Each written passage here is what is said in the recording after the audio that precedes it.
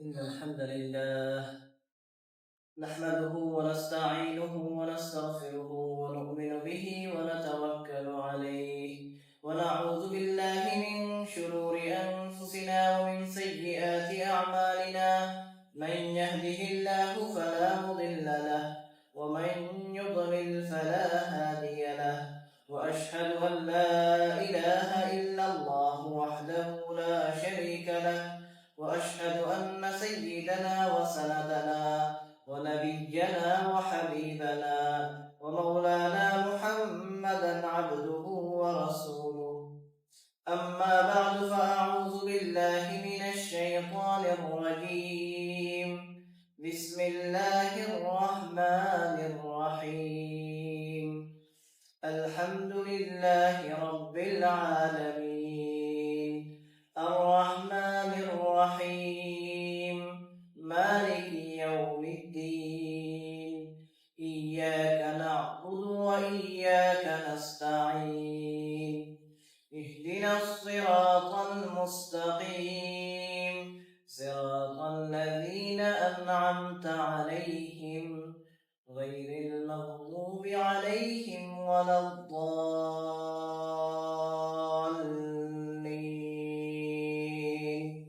آمين. صدق الله مولانا العظيم وصدق رسوله النبي الكريم ونحن على ذلك لمن الشاهدين والشاكرين والحمد لله رب العالمين আমরা মুহাব্বতের সাথে দুরূদ শরীফ পড়ি আল্লাহুম্মা সাল্লি আলা মুহাম্মাদিন ওয়া আলা আলি মুহাম্মাদ কামা সাল্লাইতা আলা ইব্রাহিম ওয়া আলা আলি ইব্রাহিম ইন্নাকা হামিদুম মাজিদ اللهم بارك على محمد وعلى آل محمد كما باركت على إبراهيم وعلى آل إبراهيم إنك حميد مجيد استغفر الله إن الله غفور رحيم استغفر الله إن الله غفور رحيم استغفر الله إن الله غفور رحيم সম্মানিত হাজিরিন আল্লাহ রাব্বুল আলামিন আজকে আমাদেরকে মাগরিবের নামাজ জামাতের সাথে আদায় করে কুরআনে কারীমের এই মুবারক মজলিসে বসার তৌফিক দান করেছেন। আমরা সর্বপ্রথম আল্লাহ রাব্বুল আলামিনের এই ইহসান আর অনুগ্রহের শুকরিয়া আদায় করে বলি আলহামদুলিল্লাহ। দ্বীনের মজলিস দেখতে সাদাসিধে মনে হলেও আল্লাহ রাব্বুল আলামিন এই জাতীয় মজলিসের উপর বড় খুশি হন এবং তিনি এই ধরনের মজলিসের উপর তার রহমত নাযিল করেন। আমরা দোয়া করি আল্লাহ রাব্বুল আলামিন আমাদের এই মজলিসকে যেন কবুল করে নেন। আমিন।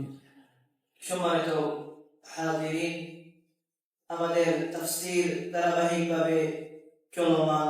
সূরা ফাতিহার আলোচনা আমাদের শুরু হয়েছে। বিশেষ অসুবিধার কারণে গত সপ্তাহে আমি হাজির রাখতে পারি নাই, কিন্তু এর আগে আমাদের আলোচনা আমরা ইহদিনাস সিরাতাল মুস্তাকিম এই আয়াত পর্যন্ত শেষ করেছি। আজকে আমরা ইনশাআল্লাহ এর পরবর্তী আয়াত থেকে আমাদের আলোচনা ধারাবাহিকভাবে চালিয়ে যাব। আল্লাহ রাব্বুল আলামিনের কাছে সূরা ফাতিহার মধ্যে আমরা দেখি যে আমরা দোয়া করি এই সূরার মাধ্যমে, এবং দোয়ার আগে আমরা আল্লাহর কাছে স্বীকারোক্তি দেই ইয়াকা না'বুদু ওয়া ইয়াকা নাস্তাঈন, যে হে আল্লাহ, হে আমাদের রব, আমরা আপনারই ইবাদত করি এবং আপনার কাছেই সাহায্য চাই। অতএব ইহদিনাস সিরাতাল মুস্তাকিম, সাহায্য কি? সব ধরনের সাহায্য, এর মধ্যে সবচেয়ে বড় সাহায্য হচ্ছে যে আল্লাহ আপনি আমাদেরকে সহজ সরল পথের সন্ধান দিন, যে পথে চললে আমরা সফল হতে পারবো। এইটুকু আলোচনা আমাদের ইতিমধ্যে হয়েছে।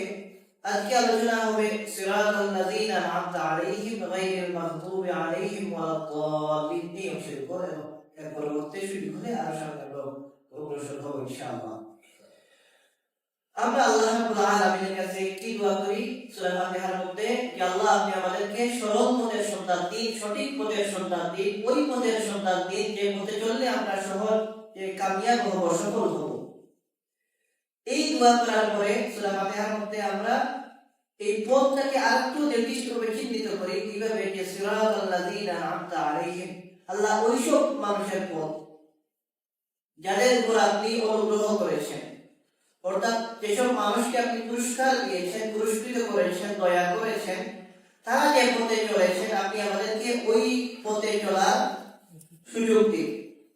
গায়রিল মাগদুবি আলাইহিম ওয়ালাদ-দাল্লিন, ওইসব মানুষের পথে নয় যাদের উপর আপনি অভিশাপ দিয়েছেন, এবং ওইসব মানুষের পথে নয় যারা পথভ্রষ্ট হয়ে গেছে। আমরা তাদের পথে চলতে চাই না। আপনার কাছে আমরা এই দোয়া করি, আপনার কাছে এটা চাই হে মাহবুব, যে আপনি আমাদেরকে সঠিক পথের সন্ধান দিন। সঠিক পথ বলতে কোনটা? ওইসব মানুষের পথ আল্লাযীনা আন'আমতা আলাইহিম, যাদের উপর আপনি দয়া করেছেন, অনুগ্রহ করেছেন। এই হচ্ছে আমাদের এই আয়াতগুলোর শুধুমাত্র অনুবাদ বা অনুযায়ী। এখন আমরা এখানে দেখব, আমরা যে দোয়া করি আল্লাহ রাব্বুল আলামিনের কাছে যে আল্লাহ আপনি আমাদেরকে ওইসব মানুষের পথ দেখান যাদের উপর আপনি অনুগ্রহ করেছেন। এই মানুষেরা কারা? এখানে তো কিছু বলা হয় নাই। সূরা ফাতিহার মধ্যে আমরা চিনতে পারি না আসলে কাদের কথা বলা হচ্ছে, শুধুমাত্র এটা বুঝতে পারি যে যাদের উপর আল্লাহ তাআলা অনুগ্রহ করেছেন, পুরস্কার যাদেরকে দিয়েছেন, তাদের প্রতি আমরা চলার জন্য আল্লাহর কাছে আমরা দোয়া করছি। কিন্তু এই মানুষেরা কারা, কাদের প্রতি আল্লাহ তাআলা অনুগ্রহ করেছেন, এটা বোঝার জন্য আমাদেরকে খুঁজতে হবে।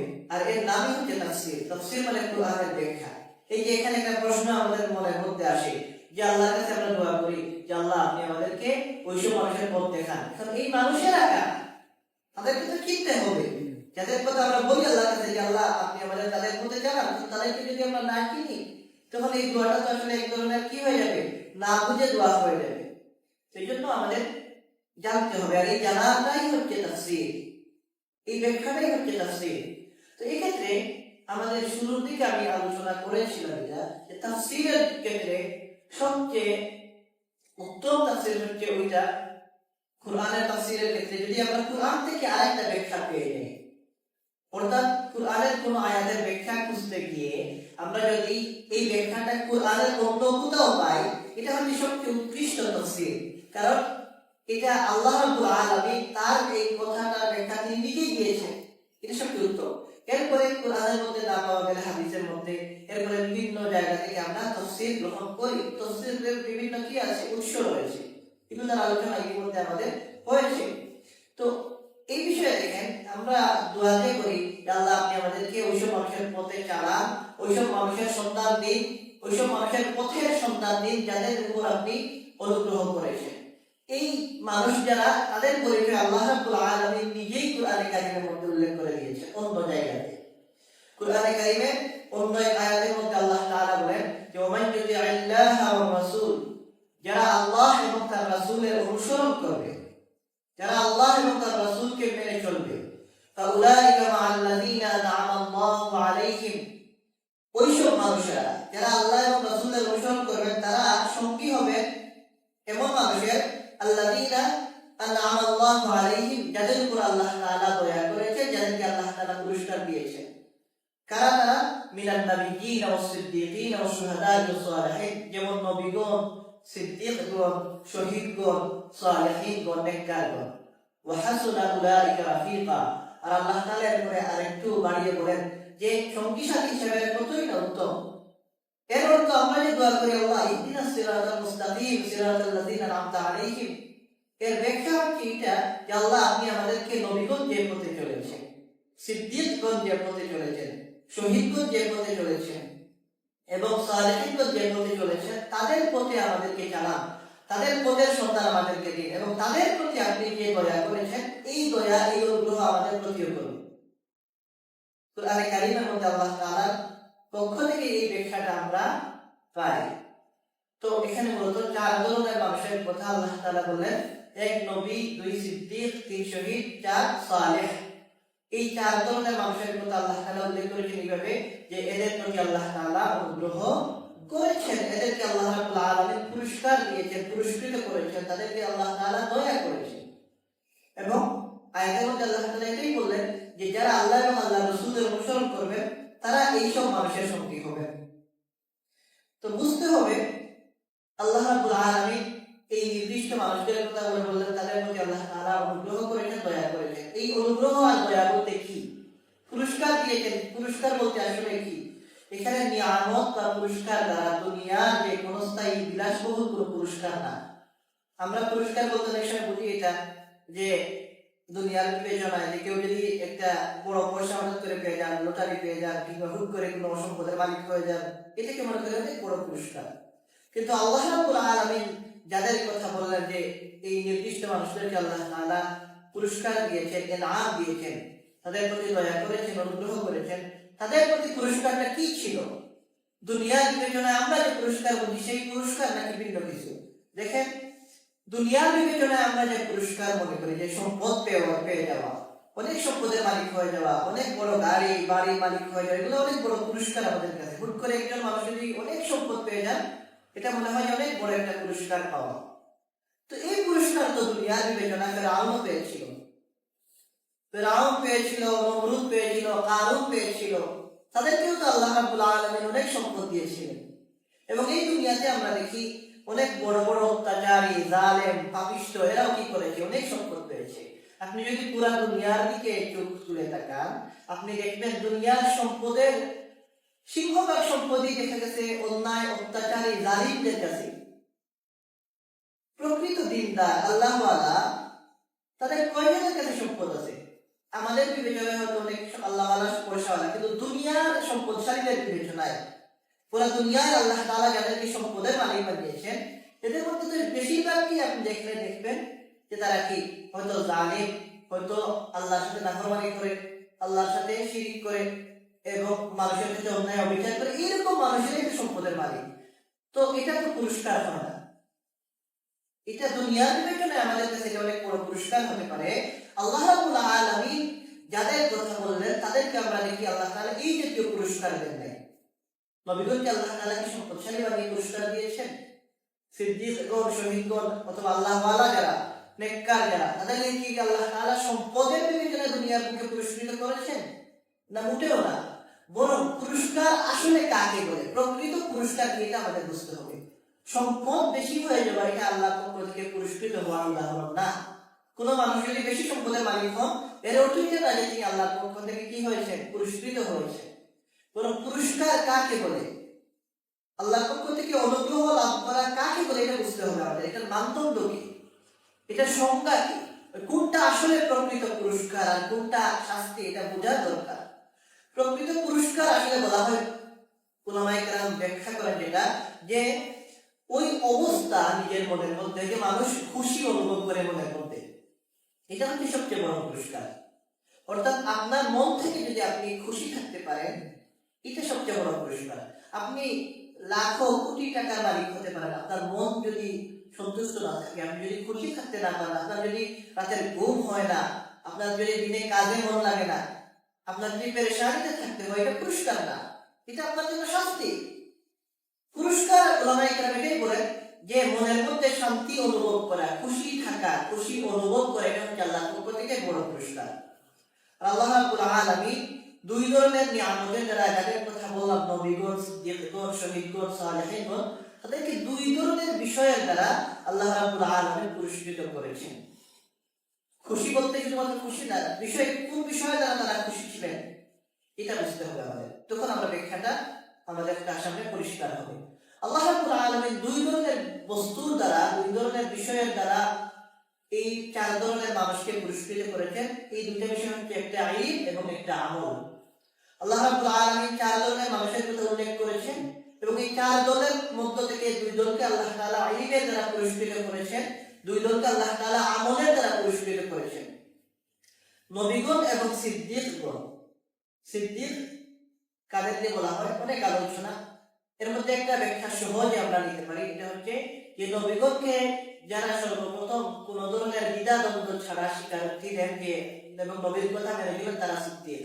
জন্য হযরত আবু বকর রাদিয়াল্লাহু তাআলা আনহু আমরা কি বলি? সিদ্দিক। আবু বকর সিদ্দিক রাদিয়াল্লাহু তাআলা।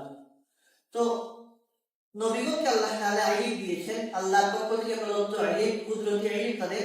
আর সিদ্দিকগণকে আল্লাহ তাআলা ইলম দিয়েছেন, এই কারণেই তারা নবীগণের কথা কোন ধরনের কোন প্রশ্ন ছাড়া, দ্বিধা ছাড়া, সন্দেহ ছাড়া মেনে নেন।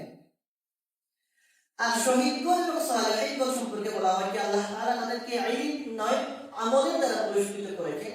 আল্লাহর রাস্তায় নিজের প্রাণ দিতে পারা, এটা অনেক বড় একটা আমল। আমল বলতে কি? কষ্ট করা, চেষ্টা করা। নামাজ পড়া একটা আমল, রোজা রাখা একটা আমল, অর্থাৎ নামাজ পড়ার দ্বারা আমার কি হয়, শারীরিক পরিশ্রম হয়, আমার সময় দিতে হয়। তো এই মধ্য থেকে সবচেয়ে গুরুত্বপূর্ণ আমলের মধ্য থেকে একটা আমল হচ্ছে আল্লাহ রাস্তায় নিজের প্রাণ দেওয়া, নিজের জান আল্লাহ রাস্তায় ত্যাগ করা। তো সাধারণ বিষয় নয়, ছোটখাটো বিষয় নয়। মানুষ অনেক কিছু করতে পারে, কিন্তু নিজের প্রাণ দেওয়ার সময় যখন হয়, তখন মানুষ কি হয়, চেনা যায় যে আসলে কে কতটুকু এই ক্ষেত্রে আল্লাহর জন্য আর কে কতটুকু নিজের জন্য।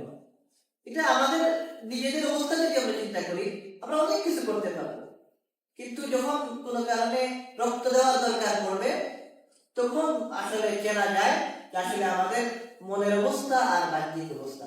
তো আমার ভাইয়েরা, আল্লাহর রাস্তায় যারা শহীদ হন, শাহাদাত বরণ করেন, শহীদ করেন, কেমন পর্যন্ত করবেন, সাধারণ বিষয় না, এটা অনেক বড় বিষয়, অনেক বড় কোরবানি, অনেক বড় একটা স্যাক্রিফাইস এটা। তো এই জন্য আল্লাহ রাব্বুল আলামিন মূলত তাদেরকে আমলের দ্বারা পুরস্কৃত করেছেন। তারা এই নিজের জান দেওয়ার যে আমল, এর দ্বারা তারা শাহাদাতের দরজা লাভ করেন এবং আল্লাহর পক্ষ থেকে সরাসরি জান্নাতের অধিকারী হয়ে যান। একইভাবে সালেহিন বলা হয় যারা নেককার, আল্লাহওয়ালা। আল্লাহওয়ালা বলতে কারা? যারা আল্লাহর সন্তুষ্টি মোতাবেক নিজের জিন্দেগি চালাতে চেষ্টা করেন। আল্লাহ রাব্বুল আলামিন যেভাবে চান ওইভাবে নিজের জিন্দেগি চালান। আল্লাহর জিকির করেন, গুনাহ থেকে বেঁচে থাকেন, নামাজ পড়েন, রোজা রাখেন, সামর্থ্য থাকলে হজ করেন, মানুষের সাথে ভালো ব্যবহার করেন, মিথ্যা বলেন না। এই সবগুলা বিষয় এক কথা যাদের মনে আল্লাহর ভয় আছে, তাদেরকে বলা যায় নেককার, সালেহ। তো আল্লাহ রাব্বুল আলামিন আমলের দ্বারা দুই দলকে পুরস্কৃত করেছেন, এরা হচ্ছে শহীদ এবং সালেহ। আর ইলমের দ্বারা দুই দলকে পুরস্কৃত করেছেন, একদল হচ্ছে নবীগণ আর একদল হচ্ছে সিদ্দিকগণ। তো মূলত পবিত্র কোরআনের মধ্যে এই জায়গায় আমরা দেখি সিরাতাল লাযিনা আন'আমতা আলাইহিম, এখানে মূলত ইলম এবং আমলের এই সমষ্টিকে নিয়ামত বলা হয়েছে। আমরা যে বলি আল্লাহর কাছে, আল্লাহ আপনি আমাদেরকে ওইসব মানুষের পথে চালান যাদেরকে আপনি পুরস্কৃত করেছেন, এখানে মূলত ওই ইলম এবং আমলকে পুরস্কার বলা হয়েছে। এবং এর বাহক যারা এই ইলম এবং আমল পেয়েছেন আল্লাহর পক্ষ থেকে, প্রকৃততে যারা এই ইলম এবং আমল পেয়ে আল্লাহর পক্ষ থেকে নিজেরা নিজের জিন্দেগি চালিয়েছেন, পরিচালনা করেছেন, তাদের দেখার পথকেই বলা হয়েছে কি সিরাত মুস্তাকিম। এটা আমাদেরকে বুঝতে হবে। তো সিরাত মুস্তাকিম আসলে সংক্ষেপে খুলাসা যদি আমরা দেখি, সার কথা হচ্ছে এটাই যে সিরাত মুস্তাকিমের দোয়া আমরা আল্লাহর কাছে করি এবং আল্লাহর কাছে বলি যে আমরা আল্লাহ আপনি আমাদেরকে ওইসব মানুষের পথে চালান যাদেরকে আপনি পুরস্কৃত করেছেন। এই পুরস্কৃত মানুষ কারা? চার দলের কথা কোরআনের মধ্যে পাই, নবী, সিদ্দিক, শহীদ, সালেহ। এবং আল্লাহ তাআলা তাদেরকে কি ধরনের পুরস্কার দ্বারা পুরস্কৃত করেছেন? আল্লাহ তাআলা তাদেরকে ইলমের দ্বারা এবং আমলের দ্বারা পুরস্কৃত করেছেন। নবীগণ এবং সিদ্দিকগণ আল্লাহর পক্ষ থেকে ইলম পেয়েছেন এবং শহীদগণ এবং সালেহিন যারা তারা আমলের মাধ্যমে আল্লাহর পক্ষ থেকে পুরস্কার পেয়েছেন এবং ইনাম পেয়ে তারা নিজেদেরকে সফলতার মঞ্চে তারা নিজেদেরকে উত্তীর্ণ করেছেন। আল্লাহ রাব্বুল আলামিন আমাদেরকেও তাদের সঙ্গী হওয়ার তৌফিক দান করুন, সবাই বলি আমিন। এরপরে দেখেন, এটা কোরআনে কারীমের উপস্থাপন করবে। আমরা পুরো কোরআন যদি পড়ি, আমরা দেখি আল্লাহ রাব্বুল আলামিন এখানে অনেক জায়গাতেই আল্লাহ রাব্বুল আলামিন দুই ধরনের কথা একই সাথে উল্লেখ করেন, বিপরীত ধর্মীর কথা উল্লেখ করেন। অর্থাৎ আল্লাহ রাব্বুল আলামিন কোন জায়গায় যদি উৎসাহ প্রদান করেন, এখানে ভয়ের কথাও বলেন। এটা আল্লাহ রাব্বুল আলামিনের একটা পদ্ধতি এবং এটা অনেক জায়গাতে আমরা দেখি। যেমন আল্লাহ তাআলা যদি কোনো জায়গায় নেক কাজের কথা কোরআনের মধ্যে বলেন, পাশাপাশি এখানে মন্দ কাজ কোনগুলো এগুলো উল্লেখ করে দেন।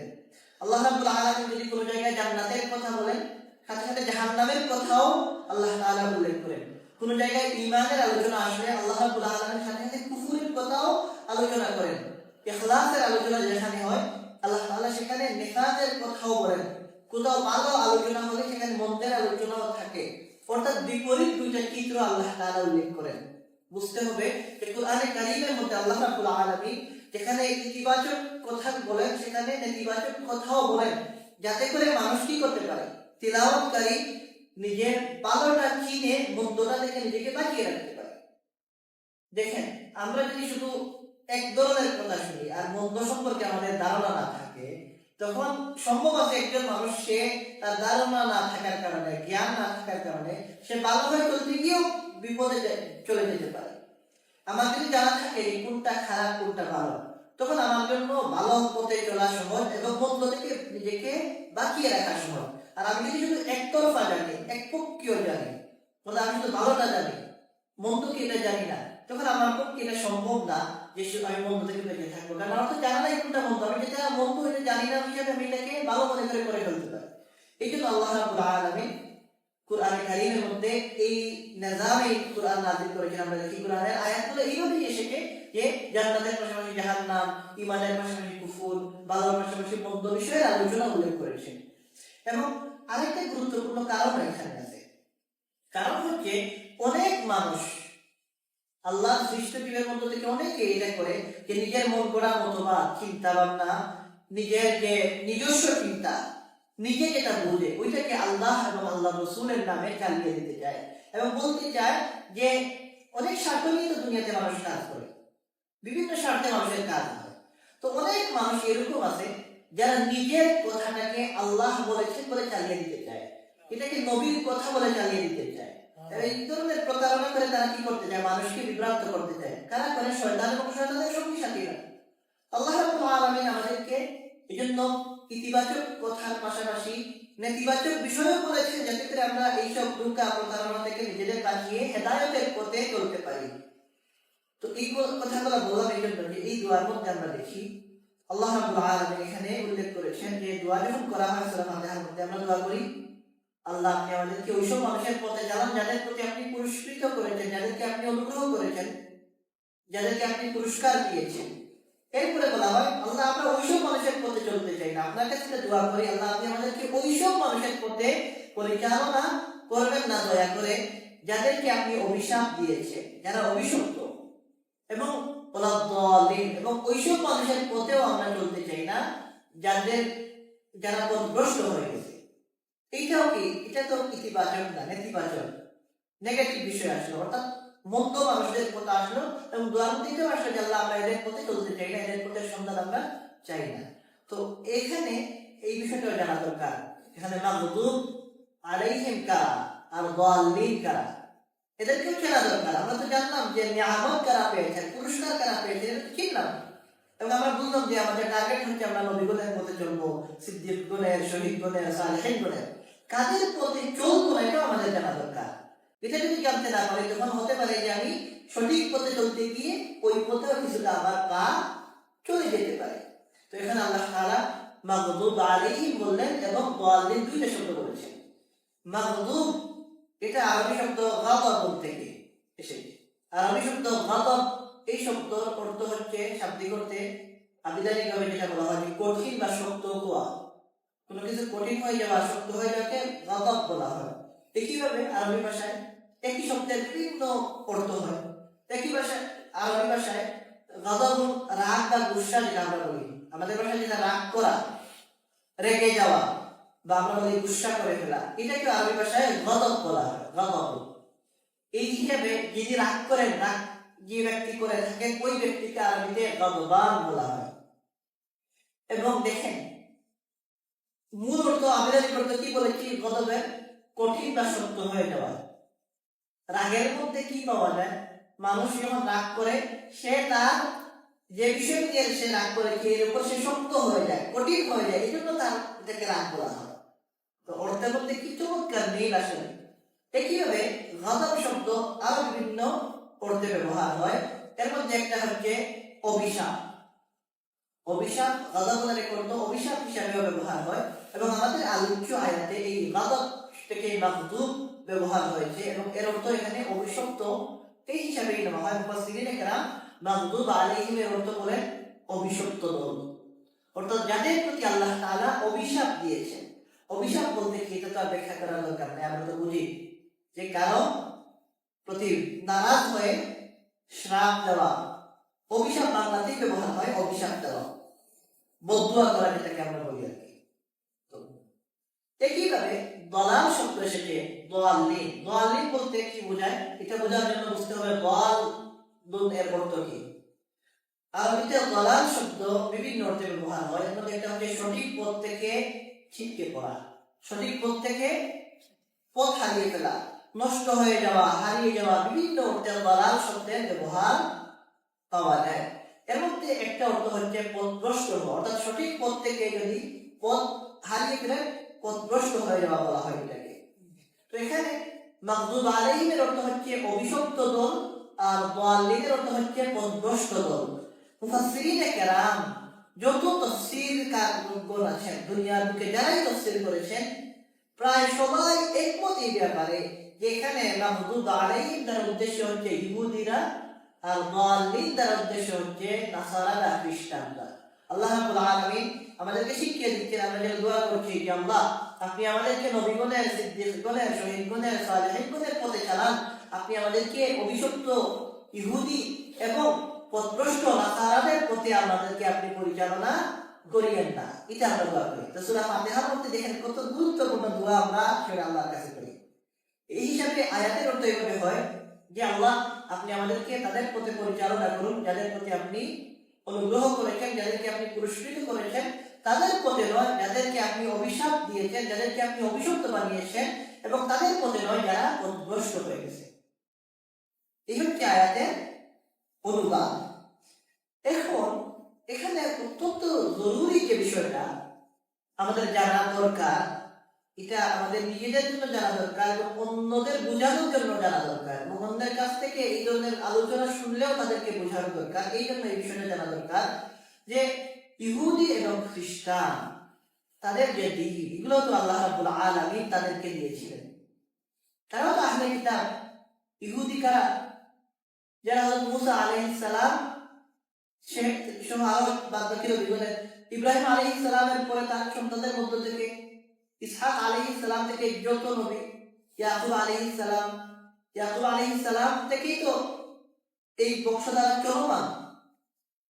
ইসরাইল যেটা আমরা বলি, ইসরাইল ইয়াকুব আলাইহিস সালাম এর সময় থেকে নিয়ে এই নাম এবং এই বংশধারা চলমান। তো সব নবীগণ ইয়াকুব আলাইহিস সালাম, ইব্রাহিম আলাইহিস সালামের ছেলে ইসহাক এবং ইয়াকুব আলাইহিস সালাম, এই সিলসিলা ধরে এসেছে ঈসা আলাইহিস সালাম পর্যন্ত সমস্ত নবীগণ।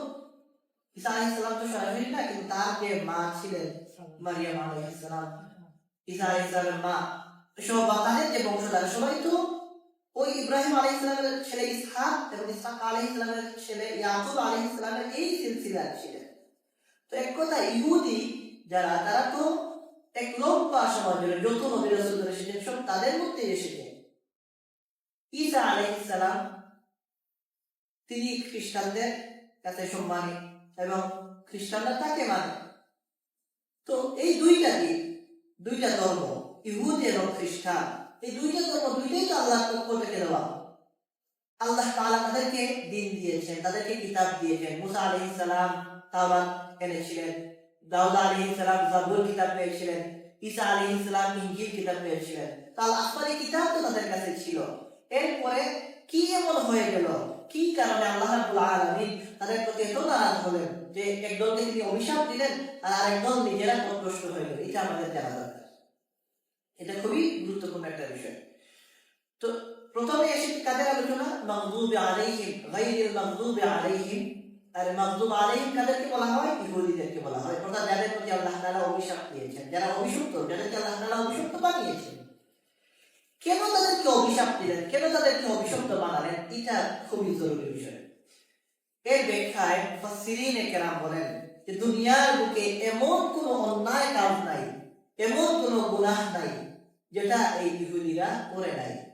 কুফর, শিরক, ইরতিদাদ, নিফাক, রাসূলগণের বিরোধিতা করা, নাশুকরি করা, যত ধরনের অন্যায় হতে পারে, যত ধরনের গুনাহ হতে পারে, সবগুলা গুনাহের মধ্যে লিপ্ত ছিল যারা, তারা ইহুদি।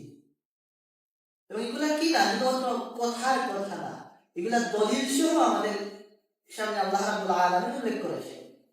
আল্লাহ তাআলা এমনি আমাদেরকে এটা বলেন যে প্রত্যেক দিন, প্রত্যেক নামাজে আমরা সূরা ফাতিহার মধ্যে এটা দোয়া করব যে আল্লাহ আমাদেরকে আপনি অভিযুক্ত ইহুদিদের পথে পরিচালনা করিয়েন না, করবেন না। আমরা দোয়া চাই আল্লাহর কাছে, এটা এমনি না।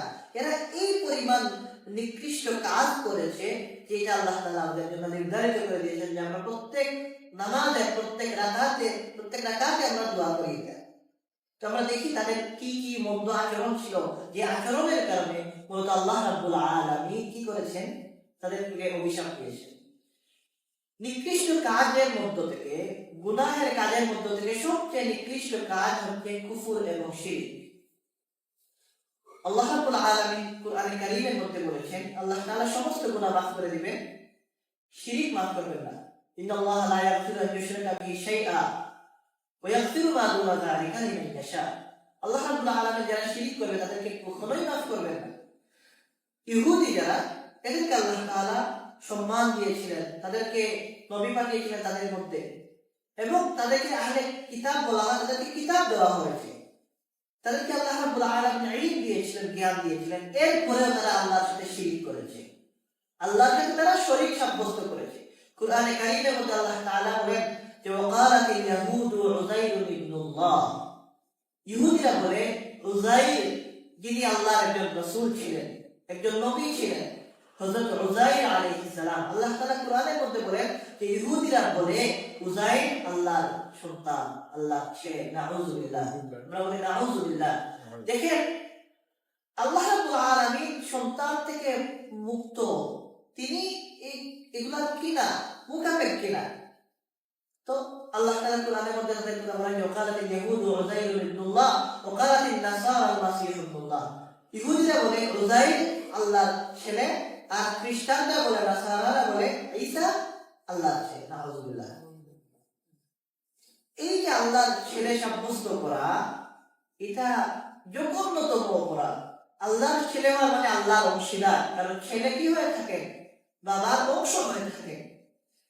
কেউ যদি বলে যে আল্লাহর ছেলে আছেন, নাউযুবিল্লাহ, এর অর্থ সে আল্লাহর অংশীদার সাব্যস্ত করে যায়, এটাই শিরক। এখানে একটা ব্যাখ্যা আমাদের জানা দরকার। খ্রিস্টানরা যেভাবে ব্যাপকভাবে সবাই বিশ্বাস করে ঈসা আলাইহিস সালাম আল্লাহর অংশ, নাউযুবিল্লাহ, ইহুদিদের সবার মধ্যে এই বিশ্বাস ছিল না। ইহুদিদের একটা অংশ বলা হয়, একটা গোষ্ঠীটা বলতো, সমস্ত ইহুদিদের এই বিশ্বাস না। অনেক মুফাসসিরিনরা এটা লিখেছেন সমস্ত ইহুদিদের বিশ্বাস এরকম ছিল না। যে কারণে তাদের মধ্যে হযরত উযাইর আলাইহিস সালামকে নিয়ে কথাবার্তা আপনি পাবেন না, কিন্তু তাদের মধ্যে বিশ্বাস, একটা বড় গোষ্ঠীর বিশ্বাস এটা ছিল। এবং কি কারণে তারা এই বিভ্রান্ত হলো?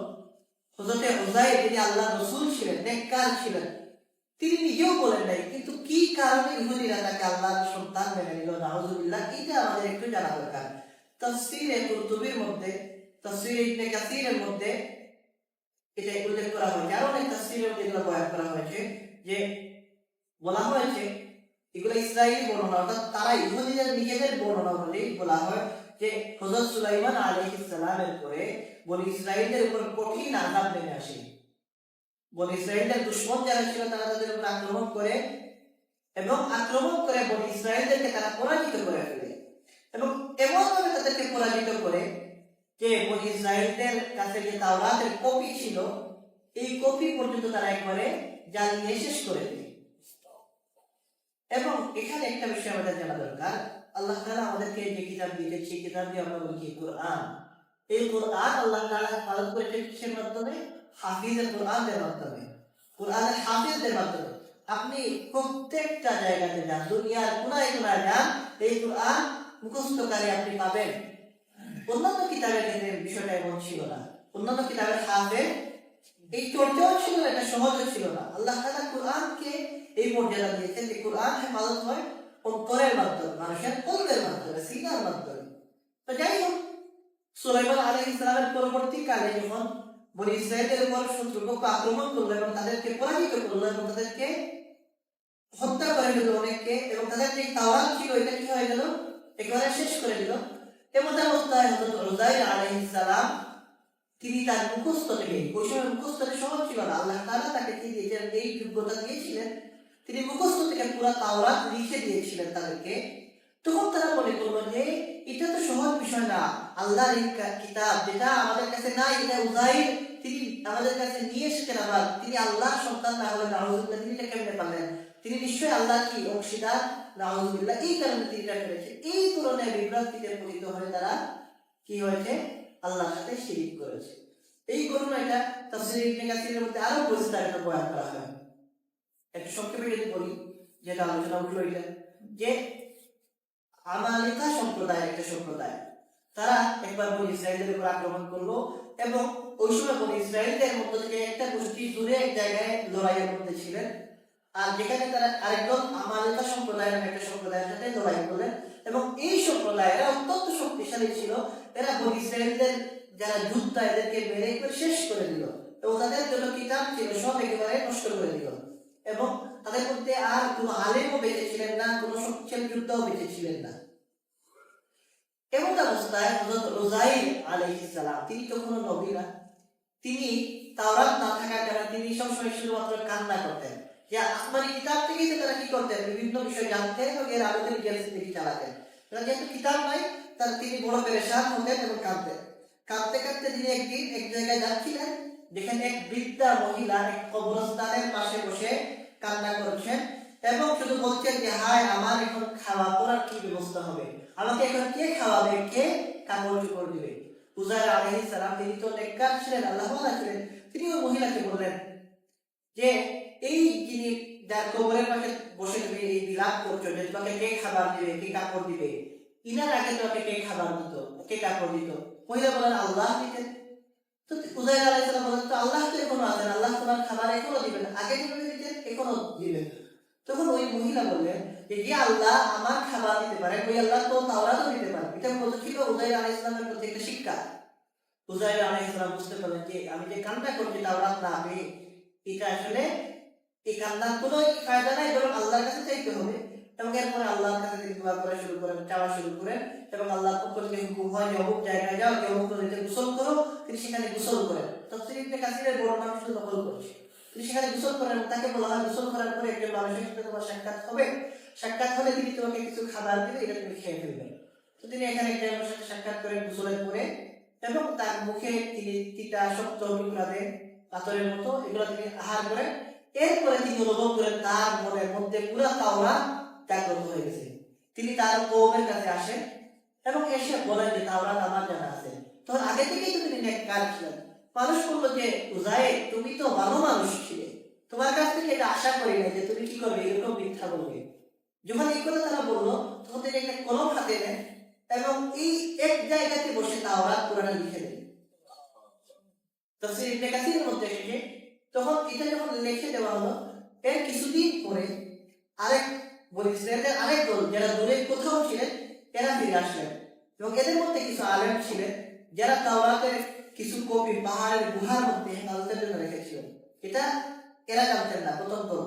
তো ওরা যখন দ্বিতীয় দল ফেরত আসলেন, তারা আসার পরে যখন বলা হলো যে উযাইর আলাইহিস সালাম এরকম এরকম করেছেন, তখন তারা পাহাড় থেকে তাওরাতের কপি আনলেন। আনার পরে মিলিয়ে দেখা গেল সব ঠিক আছে, যেহেতু যাচাই করতে হবে যেটা সঠিক কিনা না, মিলিয়ে দেখা গেল ঠিক আছে। এই যে বিষয়টা একটা অলৌকিক ঘটনা, এটা দেখে ইহুদিরা বিভ্রান্ত হলো এবং তারা মনে করলো যে উযাইর আলাইহিস সালাম আল্লাহর সন্তান, নাউযুবিল্লাহ, এবং এর দ্বারা তারা শিরক করলো। এটা বহুত বড় একটা জঘন্য কাজ, এটা সাধারণ বিষয় না। এরপরে দুই নম্বরে তাদের মন্দ কাজের উদাহরণ হিসেবে আমরা দেখতে পারি যে তারা অনেক নবী রাসূলগণকে হত্যা করেছে। নবীগণ আল্লাহর পক্ষ থেকে বাছাইকৃত, নির্বাচিত, দুনিয়ার বুকে সর্বশ্রেষ্ঠ সৃষ্টি হচ্ছেন আল্লাহ রাসূলগণ, আল্লাহর নবীগণ। এই নবী রাসূলদেরকে হত্যা করা এটা কি না সাধারণ গুনাহ না, সাধারণ পাপ না, এটা বড় জঘন্য পাপ। আল্লাহ রাব্বুল আলামিন কুরআনের অনেক জায়গায় এই কথা বলেছেন। এক আয়াতের মধ্যে বলেন ওয়ায়াকতুলুনা আন-নাবিয়্যিনা বিগাইরি হক, তারা হত্যা করেছে নবীগণকে অন্যায়ভাবে। দেখেই তো নবীগণ অবশ্যই কি করতে পারেন না, কোনো অন্যায় তাদের পক্ষ থেকে কোনো ভুল হতেই পারে না। নবীগণের কি হয় না, উম্মতের সাথে তাদের কোনো ভুল হতেই পারে না। দ্বিতীয় বিষয় হচ্ছে নবীগণ তো আল্লাহর পক্ষ থেকে বাছাইকৃত, নির্বাচিত, তাদেরকে হত্যা করার কোনো অধিকার নাই কারো। এই জন্য আল্লাহ তাআলা বলেন যে ওয়ায়াকতুলুনা আন-নাবিয়্যিনা বিগাইরি হক, তারা হত্যা করেছে নবীগণকে অন্যায়ভাবে। ইতিহাস গ্রন্থে এর বিবরণ পাওয়া যায়, সরাসরি আল্লাহ তাআলা কুরআনের মধ্যে বলেন যে এইভাবে যে কোন কোন নবীগণকে তারা হত্যা করেছে, কিন্তু ইতিহাসের আলোকে বুঝে আসে যে এক নবী হযরত ইয়াহইয়া আলাইহিস সালাম, তিনি হযরত ঈসা আলাইহিস সালামের জামানাত, হযরত ইয়াহইয়া আলাইহিস সালামকে তারা হত্যা করেছে। একইভাবে ইতিহাস গ্রন্থে পাওয়া যায় হযরত ইয়াহইয়া আলাইহিস সালামের বাবা ছিলেন হযরত জাকারিয়া আলাইহিস সালাম, যিনি ছিলেন হযরত মারইয়াম, ঈসা আলাইহিস সালামের মা মারইয়াম আলাইহিস সালামের খালু। হযরত জাকারিয়া আলাইহিস সালামকেও তারা হত্যা করেছে ইহুদিরা। এবং বলা হয় আরেক নবীর ব্যাপারে যে তার নাম ছিল হযরত আরবিয়া আলাইহিস সালাম, তাকে হত্যা করেছে। এইরকম আরো অনেক নবীগণের কথা পাওয়া যায়, বাকি বিশুদ্ধভাবে এই তিনজনের কথা পাওয়া যায় ইতিহাসের মধ্যে। এছাড়া আমরা যদি হাদিসের মধ্যে দেখি আমরা দেখি আমাদের নবী মুহাম্মদ রাসূলুল্লাহ সাল্লাল্লাহু আলাইহি ওয়াসাল্লামকে হত্যার জন্য অনেক চেষ্টা করে ইহুদিরা। আপনি সিরাতের কিতাব দেখেন, অনেক জায়গাতে রাসূলুল্লাহ সাল্লাল্লাহু আলাইহি ওয়াসাল্লামকে হত্যার জন্য তাদের চেষ্টা করতেই ছিল না। একবার এক ঘটনা শুধুমাত্র বলি। একবার রাসূলুল্লাহ সাল্লাল্লাহু আলাইহি ওয়াসাল্লাম ইহুদিদের এলাকায় গেছেন, তাদের ওইখানে তারা চিন্তা করলো রাসূলুল্লাহ সাল্লাল্লাহু আলাইহি ওয়াসাল্লাম যেখানে দাঁড়িয়ে আছেন উপর থেকে তারা পাথর ফেলে দিতে চাইছিল, যাতে করে এই পাথর উপর থেকে ফেলে আল্লাহ রাসূলকে তারা হত্যা করে ফেলবে। নাউজুবিল্লাহ। এরপরে আল্লাহ রাসূলের সাথে দুশমনী তাদের অনেক উদাহরণ ছিল, জাদু করা থেকে শুরু করে আরো নানান ভাবে তারা আল্লাহ রাসূলকে হত্যা করতে, ক্ষতি করতে চাইছে। একইভাবে হযরত ঈসা আলাইহিস সালাম, আল্লাহ তাআলা আমরা বিশ্বাস করি আল্লাহ তাআলা ঈসা আলাইহিস সালামকে, এটা আমাদের ঈমান, আসমানে তুলে নিয়েছে। তুলে নেওয়ার প্রেক্ষাপট যেটা, ওইখানেও আমরা দেখি যে ইহুদিরা ঈসা আলাইহিস সালামকে হত্যা করার জন্য এসেছিল, আল্লাহ তাআলা ওই সময় ঈসা আলাইহিস সালামকে তুলে নিয়েছে। এক কথায় এই দুইজনকে ক্ষতি করতে পারে না, কিন্তু চেষ্টা করেছে। মুহাম্মদুর রাসূলুল্লাহ সাল্লাল্লাহু আলাইহি ওয়াসাল্লামকে এবং ঈসা আলাইহিস সালামকে হত্যার চেষ্টা করেছিল। আর বাদ বাকি নবীগণের কথা বললাম, তিনজনের ব্যাপারে ইতিহাসে পাওয়া যায় আর অনেক নবীগণকে তারা কি করেছে, হত্যা করেছে। এই জন্য আল্লাহ রাসূলের প্রিয় একজন সাহাবী হযরত আব্দুল্লাহ ইবনে মাসউদ রাদিয়াল্লাহু তাআলা আনহু, তিনি উল্লেখ করেন, এটা তাফসীরে বায়ানুল কুরআনের মধ্যে এসেছে, তাফসীরে ইবনে আবি হাতিম এর মধ্যে পাওয়া যায়। আব্দুল্লাহ ইবনে মাসউদ রাদিয়াল্লাহু তাআলা আনহু বলেন যে ইহুদিরা কম বেশ 300 নবীগণকে হত্যা করেছে। নাউজুবিল্লাহ। আব্দুল্লাহ ইবনে মাসউদ রাদিয়াল্লাহু তাআলা আনহু ভাষ্য কি, যে 300 নবী হত্যা দায়ে অভিযুক্ত আসামি হচ্ছে ইহুদিরা। এটা কত বড় অন্যায়, কিন্তু আমরা যাব না। এরপরে দেখি তাদের অন্যায়, আল্লাহ তাআলা যে তাদেরকে অভিশাপ দিলেন, কেন দিলেন? এক, তারা কি করেছে, শিরক করেছে। দুই, তারা নবীগণকে হত্যা করেছে। তিন নম্বর, তাদের মধ্যে এই অভ্যাসটা ব্যাপকভাবে ছিল, এটা আমাদের মধ্যে কিছু এখন চলে এসেছে। এটা হচ্ছে যে অন্যকে তারা খুব উপদেশ দিত আর নিজেরা কি করতো, অন্যায় পথে চলতো। আল্লাহ তাআলা কোরআনে কারীমের মধ্যে যা বলেছেন যে আতামুরুনান নাসা বিল বির, তোমরা কেন মানুষকে আদেশ করো, আতামুরুনান নাসা বিল বির, তোমরা মানুষকে আদেশ করো যে তারা যেন ভালো হয়ে চলে, ওয়াতানসাউনা আনফুসাকুম, নিজেরা নিজেদের কথা ভুলে যাও। এটা ওয়ান্তুম তাতলুনাল কিতাব, অথচ তোমরা তেলাওয়াত করো কিতাব, তাওরাত পড়ো, জাবুর পড়ো, এগুলো তোমরা তেলাওয়াত করে থাকো এবং এটা তোমরা জানো যে কোনটা অন্যায় কোনটা ন্যায়। আর এইগুলো পড়ে তোমরা মানুষকে বলো ভালো হয়ে চলো, অনেক পথে চলো, এরকম। আর যারা এই উপদেশ দিত তারা নিজেরা কি করতো, অন্যায় করতো। এটা অনেক খারাপ একটা বিষয়। আমরা ওয়াজ করি কিন্তু আমরা যদি আমল না করি, এটা কিন্তু ঠিক না বিষয়টা, এটা অন্যায় কাজ। এটা আমাদের মধ্যেও আছে কম বেশ, তাদের মধ্যে বেশি ছিল এটা ব্যাপকভাবে। তারা আমল তো করতো না, কিন্তু মানুষকে উপদেশ দিতে খুব খুশি হয়। তো এটা একটা অন্যায় কাজ, যে আপনি নিজে, এটা একটা প্রতারণা, ধোঁকাবাজি, যে আপনি মানুষকে বলছেন ভালো হো আর নিজেই খারাপ হয়ে চলেন। এই অভ্যাস তাদের মধ্যে ছিল। আল্লাহ তাআলা বলে দিয়েছেন যে আতামুরুনান নাসা বিল বির, তোমরা মানুষকে আদেশ করো, যে তোমরা মানুষকে বলো এটা যে তোমরা ভালো হো, নেক হয়ে চলো। বির মানে নেক কাজ, তোমরা নেক কাজ করো। আর ওয়াতানসাউনা আনফুসাকুম, নিজের নফসের কথা তোমরা ভুলে যাও। এটা হচ্ছে আরেকটা তাদের অন্যায়। 4 নম্বরে আমরা দেখতে পাই তাদের মধ্যে বড় অকৃতজ্ঞতা ছিল, নাশুকরি ছিল। আর এই নাশুকরির উদাহরণ কোরআনে কারীমের মধ্যে অনেকগুলো আমরা পাবো ইনশাআল্লাহ। অর্থাৎ তাদের মধ্যে অকৃতজ্ঞতা, নাশুকরি অনেক বেশি। আল্লাহ রাব্বুল আলামিন তাদেরকে অনেক অনুগ্রহ করেছেন, অনেক দয়া করেছেন, অনেকভাবে তাদেরকে পুরস্কৃত করেছেন। বারবার তারা কি করেছে, অকৃতজ্ঞতা দেখিয়েছে, নাশুকরি করেছে। নাশুকরি এটা কি? এটা হারাম কাজ। আল্লাহ নাশুকরি করে এটা হারাম কাজ। আল্লাহ তাআলা এখানেই তো বলেছেন যে কেউ যদি অস্বীকার করে, শুকরিয়া আদায় না করে, আল্লাহ রাব্বুল আলামিন কি করবেন, তাকে শাস্তি দিবেন। তো এই জন্য তাদের মধ্যে একটা অভ্যাস ব্যাপকভাবে পাওয়া যায়। একটা ঘটনা যদি আমরা দেখি, যে যখন মুসা আলাইহিস সালামের নেতৃত্বে তারা মিশর থেকে বের হয়ে গেল, মুসা আলাইহিস সালাম তাদেরকে নিয়ে ফেরাউনের অত্যাচার থেকে রক্ষার জন্য তাদেরকে নিয়ে মিশর থেকে যখন চলে গেলেন, এরপরে তারা একটা উপত্যকার মধ্যে, দুই পাহাড়ের মধ্যখানের একটা জায়গায় একটা লম্বা সময় জুড়ে ছিল। আল্লাহ তাআলা তাদেরকে এখানে আটকে রেখেছিলেন। এটাকে বলা হয় তিহ উপত্যকা। একটা তিহ উপত্যকার মধ্যে আল্লাহ তাআলা সমস্ত বনী ইসরাঈলদেরকে আটকে রেখেছিলেন এখানে। তো এখানে একটা উপত্যকা, এখানে কি ছিল না, বাজার ছিল না, এখানে খেত খাওয়ার কিছু হতো না। আল্লাহ রাব্বুল আলামিন তাদেরকে শাস্তি দিলেও দয়া করেছে, তাদেরকে এখানে খাবার দিতেন। কুরআনে কারীমের মধ্যে আল্লাহ তাআলা এটা বলেছে, সেখানে তাদের জন্য কি আসতো? আল্লাহর পক্ষ থেকে মান এবং সালওয়া আসতো। মান এবং সালওয়া। মান কাকে বলা হয়? মান বলা হয় এমন একটা খাবার যেটা বরফের মতো সাদা। বরফ যেভাবে সাদা হয় এরকম বরফের মতো সাদা, এবং এটা মিষ্ট, এবং এটা অটোমেটিক আসমান থেকে তাদের সামনে আসতো। আর সালওয়া বলা হয় এক প্রকার পাখি, যেটা যাকে যাকে তাদের কাছে আসতো, এটা তাদের কাছ থেকে আর উড়ে যেত না। তো মান এবং সালওয়া আল্লাহ তাআলা তাদেরকে কি করলেন? গায়েবীভাবে দিতেন। এবং তাদেরকে বলা হয়েছিল, অনেক অকৃতজ্ঞতা তাদের এখানে, তাদেরকে বলা হয়েছিল যে তোমরা এই খাবারগুলো জমিয়ে রেখো না, ঘরে সংরক্ষণ করে রাখার দরকার নাই, বরং তোমরা এগুলো প্রত্যেকদিন তাজা খাবার পাবে। এরপর তাদের মধ্যে কেউ কেউ এগুলো জমা রাখলো অন্যায় ভাবে। সর্বশেষ অকৃতজ্ঞতা তাদের ছিল, দেখেন মানুষের দুনিয়ার মুখে আমরা দেখি সবচেয়ে বড় পেরেশানি কি? খাবারের পেরেশানি। এটাই তো দুনিয়ার মুখে মানুষ পেরেশান হয়ে ঘুরছে কিসের জন্য? খাবারের জন্য। আল্লাহ তাআলা তাদেরকে আসমানি গায়েবী খাবারের ব্যবস্থা করলেন। কিন্তু কুরআনে কারীমের অন্য জায়গায় এসেছে, একটা সময় তারা মুসা আলাইহিস সালামের কাছে বলল যে আমরা আর এগুলা খাবো না, আমরা কি চাই? পেঁয়াজ, রসুন এইগুলা দিয়ে তরকারি বা মশলা জাতীয় খাবার চাই। দেখেন জান্নাতি খাবার, মান এবং সালাম কিসের খাবার? আল্লাহর পক্ষ থেকে আসছে, তার মানে জান্নাতি খাবার। এই জান্নাতি খাবার ফ্রি পাওয়ার পরেও তারা শুকরিয়া আদায় করে দূরের কথা, তারা মুসা আলাইহিস সালামকে বলল যে আমরা এটা চাই না, এগুলো আমাদের পছন্দ না। আল্লাহর পক্ষ থেকে গায়েবী রিজিক জান্নাতি খাবার, এগুলো তাদের পছন্দ হয় না। তাদের পছন্দ কি? পেঁয়াজের দ্বারা, রসুনের দ্বারা তৈরি আর বিভিন্ন উপাদানের দ্বারা তৈরি। কুরআনে কারীমের অন্য জায়গায় এসেছে, এটা সামনেই আসবে ইনশাআল্লাহ, যদি এই আলোচনা যাচ্ছি না। তারা কি করলো? আবদার করলো। আল্লাহ তাআলা তাদের আবদার কবুল করেছিলেন, কিন্তু এখানে তাদের অকৃতজ্ঞতার তো প্রকাশ পায় যে আল্লাহর পক্ষ থেকে রিজিক পাওয়ার পরে এটাকে কি করলো না? গ্রহণ করতে পারলো না। এরপরে তাদের আরো অনেক অন্যায় আবদার ছিল, অনেক তাদের চাহিদা ছিল, চাহিদার শেষ নাই। ইহুদিদের চাহিদা অনেক বেশি ছিল। এর মধ্যে একটা চাহিদা দেখেন, হযরত মুসা আলাইহিস সালাম সম্পর্কে আমরা জানি আল্লাহ তাআলা তাকে ডেকে নিয়েছিলেন এবং তিনি আল্লাহর সাথে দেখা করার জন্য তুর পাহাড়ে যেতেন, এবং আল্লাহ তাআলা সেখানে তার উপর ওহী দিয়েছিলেন, তাওরাত এসেছিল।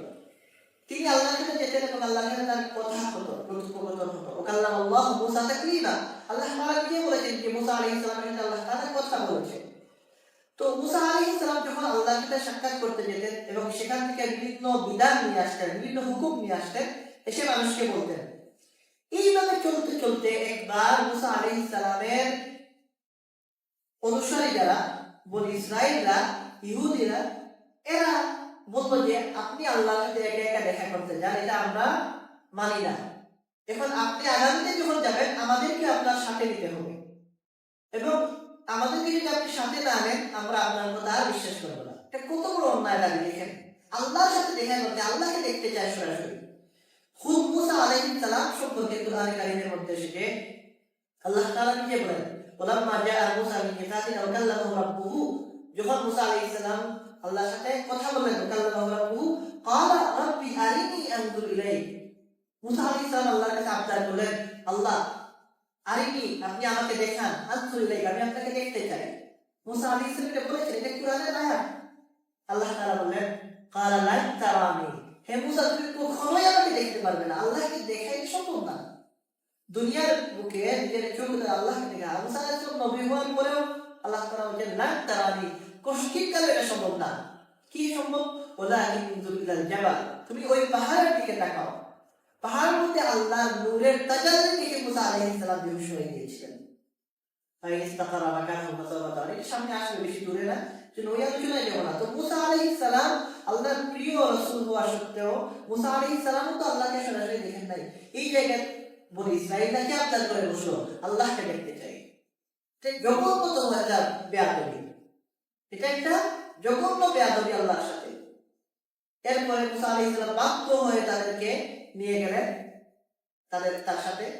এরপরের ঘটনা বড় সুন্দরভাবে কোরআন কারীমের মধ্যে এসেছে, যখন ওই কুনতুম ইয়া মুসা লা তুমিন আলাকা, যখন বলেছিল বনি ইসরাঈলরা, আল্লাহ তাআলা কোরআনের মধ্যে বলেন, ওয়া কুনতুম ইয়া মুসা লা নুমিন আলাকা, আমরা আপনার প্রতি ঈমান আনবো না মোটেও, হাত্তা নারাল্লাহ জাহরা, যে পর্যন্ত না আমরা আল্লাহকে সরাসরি না দেখব।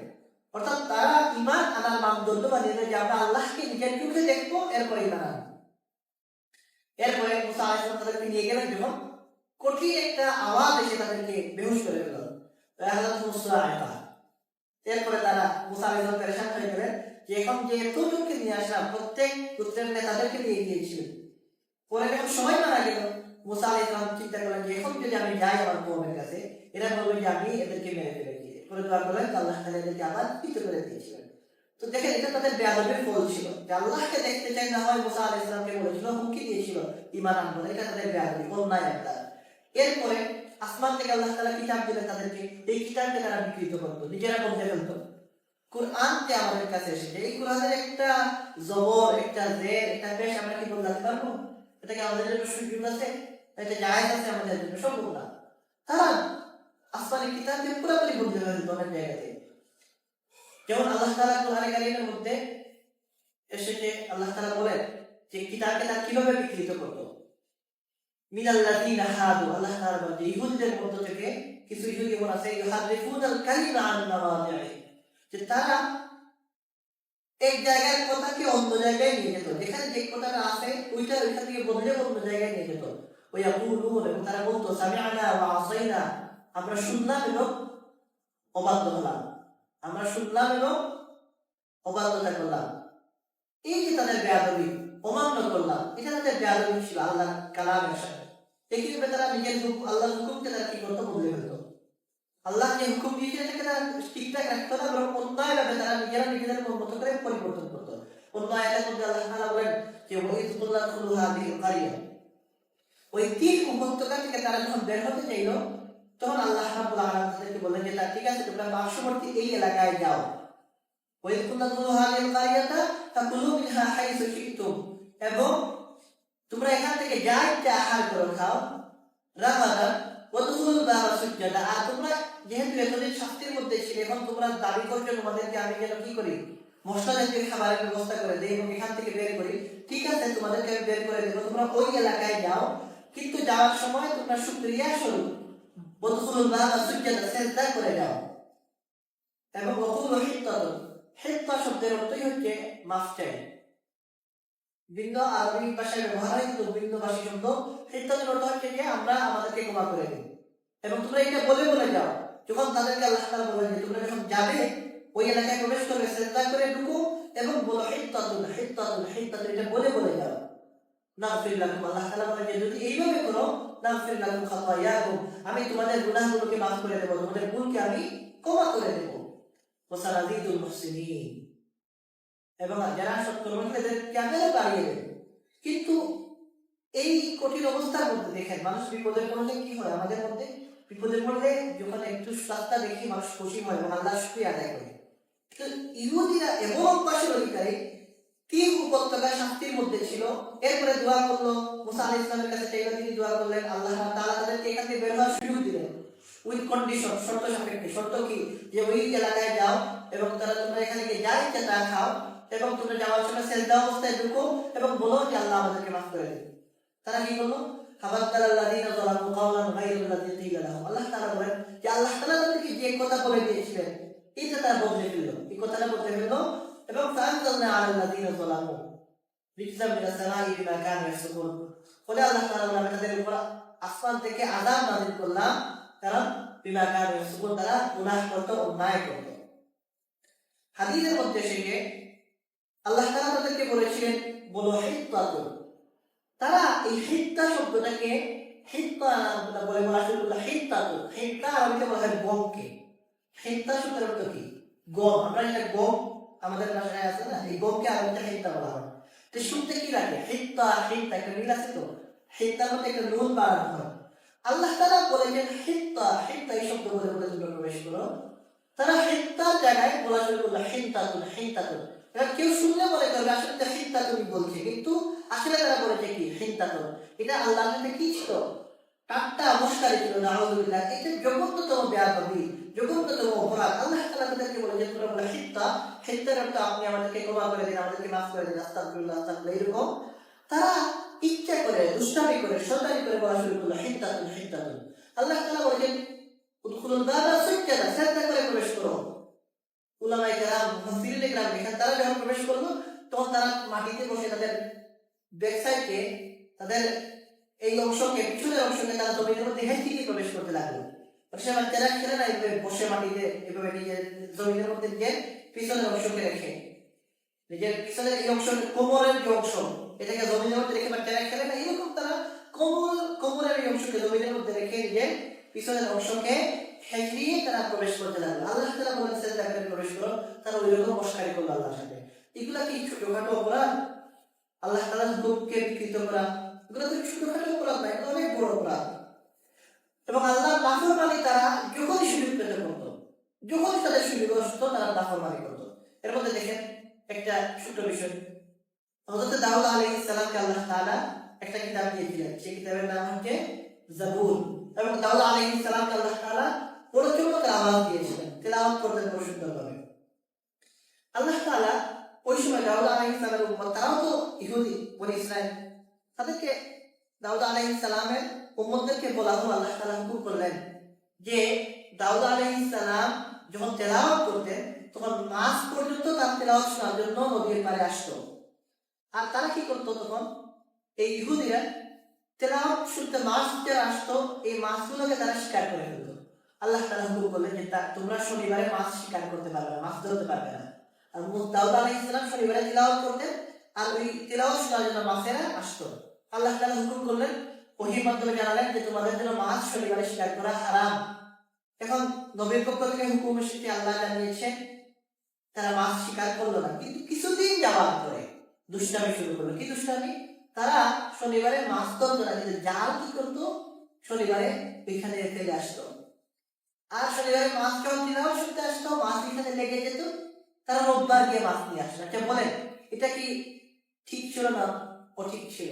আল্লাহ তাআলা কি এই উদ্দেশ্যে তাদেরকে বলেছেন যে মাছ শিকার করো না? আল্লাহ তাআলার উদ্দেশ্য কি এটা যে মাছ শিকার করা যাবে না, কারণ এই মাছের আসে ইবাদতের উদ্দেশ্যে। এই ইবাদতের উদ্দেশ্যে আসে, তোমরা ধোঁকা দিয়ে প্রতারণা করে এই মাছ শিকার করে নাও। তো তারা একদিকে দেখালো যে আমরা তো শনিবারে মাছ শিকার করি না, কিন্তু অপরদিকে শনিবারই তারা আগে থেকে জাল এখানে ফেলে রেখে আসতো এবং এরপরে তারা ওই টাইম শেষ হওয়ার পরে কি মাছ নিয়ে আসতো। এগুলো ছিল তাদের বেয়াদবি, তাদের অন্যায় আচরণ। এখন বলেন আরো অনেকগুলো অন্যায় আচরণ, আমি কয়েকটা উল্লেখ করলাম। এইসব অন্যায় অপকর্মের পরে তারা কি অভিশাপ পাবে না তারা পুরস্কার পাবে? এত অভিশপ্ত কাজ করার পরে আল্লাহ তাআলা যে বলেন মাগদুব আলাইহিম, এমনি বলেন নাই। এইরকম জঘন্য থেকে জঘন্য, নিকৃষ্ট থেকে নিকৃষ্টতম কাজ তারা করেছে, আর এই কাজ করার কারণে আল্লাহ তাআলা তাদেরকে অভিশাপ দিয়েছেন। এরপরে আমি আলোচনা অবশ্যই হয়ে গেছে, আসলে পরবর্তী অংশ যেটা ওলা দাল্লিন আমরা পড়ি যে আল্লাহ আমরা যারা পথভ্রষ্ট হয়েছে তাদের পথে চলতে চাই না, এরা কারা? নাসারা, খ্রিস্টানরা। আল্লাহ তাআলা তাদের কথা কোরআনে কারীমের মধ্যে বলেছেন। আল্লাহ তাআলা বলেন যে ইন্নাল্লাহা লা ইয়াগফিরু আন ইউশরাকা বিহি ওয়া ইয়াগফিরু মা দুনা যালিকা লিমান ইয়াশা। নিশ্চয় যারা শিরক করবে আল্লাহ তাআলা তাদের গুনাহ ক্ষমা করবেন না, ওয়া ইয়াগফিরু মা দুনা যালিকা লিমান ইয়াশা, বরং শিরক ব্যতীত অন্যান্য গুনাহকে আল্লাহ তাআলা চাইলে মাফ করতে পারেন। ওয়া মান ইউশরিক বিল্লাহ, অতএব যারা শিরক করবে আল্লাহর সাথে, ফাকাদ দাল্লা দালালান বাঈদা, তারা বিভ্রান্ত হয়ে সুদূর বিভ্রান্তির মধ্যে পতিত হয়েছে। তারা বিভ্রান্ত হয়ে দূরে চলে গেছে আল্লাহর কাছ থেকে, তারা বিভ্রান্ত হয়ে দূরে চলে গেছে আল্লাহর কাছ থেকে, দিন থেকে। তো এখানে দালাল বলা হলো কাদেরকে? যারা শিরক করে। আর এই শিরক কারা করে? খ্রিস্টানরা করে। শিরক কিভাবে করে? তারা হযরত ঈসা আলাইহিস সালামকে আল্লাহর সন্তান মনে করে নেয়। এটা বড় জঘন্যতম অপরাধ শিরক। আল্লাহ তাআলা শিরককে গ্রহণ করবেন না। এই জন্যই মূলত বলা হয়েছে যে তারা বিভ্রান্ত হয়েছে, তারা বিভ্রান্ত হয়ে পথভ্রষ্ট হয়ে গেছে। এই পথভ্রষ্ট হওয়ার কারণে তাদের পথ থেকে আমাদেরকে বেঁচে থাকার জন্য আল্লাহ তাআলা সূরা ফাতিহার মধ্যে শিক্ষা দিয়েছেন যে আমরা এই পথভ্রষ্ট যারা খ্রিস্টান এদের পথে আমরা চলতে চাই, এইগুলো আমরা সবসময় করে থাকি। এখন এখানে এই আলোচনা করে শেষ করবো ইনশাআল্লাহ। ইহুদি ও খ্রিস্টানদের সম্পর্কে এই ভিন্ন ভিন্ন কথা বলা হলো কেন? একজনকে বলা হলো এরা অভিশপ্ত, আরেকজনকে বলা হলো এরা পথভ্রষ্ট। এই ভিন্ন কথা বলা হলো কেন? এর কারণ হচ্ছে দেখেন, ইহুদিদের এতক্ষণ আলোচনা থেকে আমাদের বুঝে আসছে যে ইহুদিরা অনেক নবীগণকে পেয়েছে এবং ইহুদিরা অনেক ইলম পেয়েছে। তারা সত্য জানতো, নবীগণকে চিনতো, আমাদের নবীকেও চিনতো, কিন্তু তারা ঈমান আনেনি। আল্লাহ তাআলা বলেন কুরআনে কারীমের মধ্যে, ইয়ারিফুনাহু কামা ইয়ারিফুনা আবনাহুম, তারা নবীকে এমন ভাবে চিনতো যেমন তারা তাদের নিজের সন্তানকে চিনে। নিজের সন্তানকে একজন বাবা সবচেয়ে বেশি চিনেন নাকি? নবীকে তারা এর চেয়ে আরো বেশি চিনত, এই দিনকে তারা এর চেয়ে আরো বেশি চিনত, এরপর তারা ইমান আনে নাই। তো মানুষ যে বিভ্রান্ত হয়, পথভ্রষ্ট হয়, এটা দুইভাবে হয়। একদল হয় না জেনে, জানে না পথভ্রষ্ট হয়ে যায়। আর একদল হয় জেনে বুঝে। ইহুদিদের কাছে নবীকে পাঠানো হয়েছিল, নবীর বলে অনেক এসেছেন, তাদের কাছে কিতাব দেওয়া হয়েছিল কোরআনকে চেনার মতো। শেষ নবী মুহাম্মদ রাসূলুল্লাহ সাল্লাল্লাহু আলাইহি ওয়াসাল্লামকে চেনার মতো অনেক উপাদান তাদের কাছে ছিল, এরপরেও তারা কি করে নাই? ইমান আনে নাই। আর খ্রিস্টানদের কাছে মাত্র একজন নবী এসেছেন, একজন রাসূল এসেছেন, এই জন্য তাদের কাছে উপাদান কম ছিল, কিন্তু এরপরও আপনার কাছে উপাদান তো ছিল। তারা ইমান তো আনে নাই আমাদের নবীর প্রতি, বরং তারা আল্লাহর সাথে আরো শিরিক করে জঘন্য কাজ করে বসেছে। এই জন্য মূলত ইহুদিদের প্রতি অভিশাপ দেওয়া হয়েছে। অভিশাপ আমরা কখন দিই? যখন খুব রাগ করি। আর পথভ্রষ্ট হয়েছে তারা, কারণ তারা নিজেরা নিজেদের পথ থেকে দূরে সরে গেছে। তো এই জন্য আমরা এখান থেকে শিক্ষা পাই যে ইহুদিরা অভিশাপ পাওয়ার উপযুক্ত, কারণ তারা জেনে বুঝে কি করেছে, অন্যায় করেছে। আর খ্রিস্টানরা তারাও পথভ্রষ্ট হয়ে গেছে, অন্যায় করেছে, কিন্তু তাদের পথভ্রষ্টতার পিছনে কারণ ছিল তারা বেশি উপাদান পায় না। কিন্তু পথভ্রষ্ট হওয়ার জন্য তাদের পথে আমাদের চলার কোনো সুযোগ নাই। আল্লাহ রাব্বুল আলামিন আমাদেরকে বুঝান এবং এই অভিশপ্ত এবং পথভ্রষ্টদের পথ থেকে দূরে সরে থাকার তৌফিক দান করুন।